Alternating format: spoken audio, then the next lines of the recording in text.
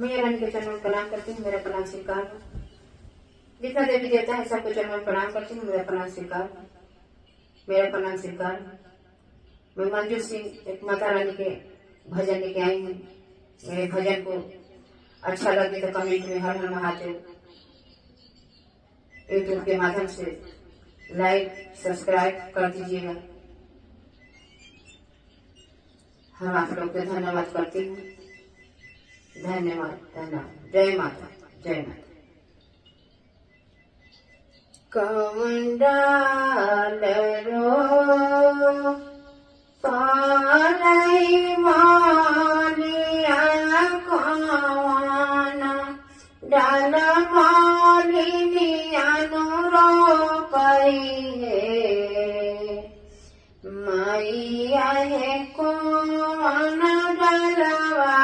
रो पई मालिन के बेटा रूसल मैया के मनाइले बहे बहिना है कौन डलवा रो पई मालिन के बेटा रूसल मैया के मनाइले बहे बेली डाल रो पानई मालिया चामेली डाल मालिनी अनुरो पई है मैया है खोरा डलवारो पई मालिन के बेटा रूसल मैया के मनाइले बहे बहिना है ओढ़ौल डलवारो पई मालिन के बेटा रूसल मैया के मनाइले बहे कौन सूत गो थाने मालिया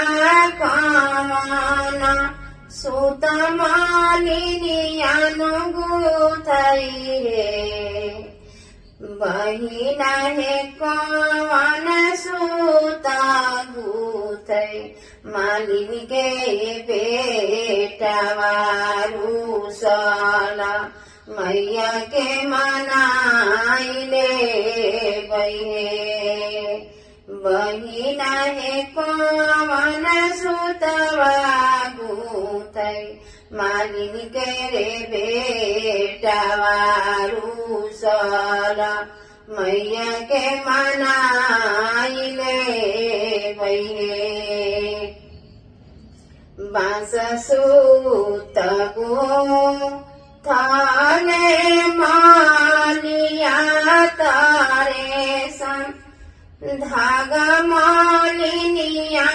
गुथई है बहिना है पटुएड़े धागवा गुथई मालिन के बेटा रूसल मैया के मनाइले बहे बहिना है कौन धागवा गुथई मालिन के बेटा रूसल मैया के मनाइले बहे बेलिहार पाही नानी दुर्गा मैया चमेली हारा शीतला मैया रे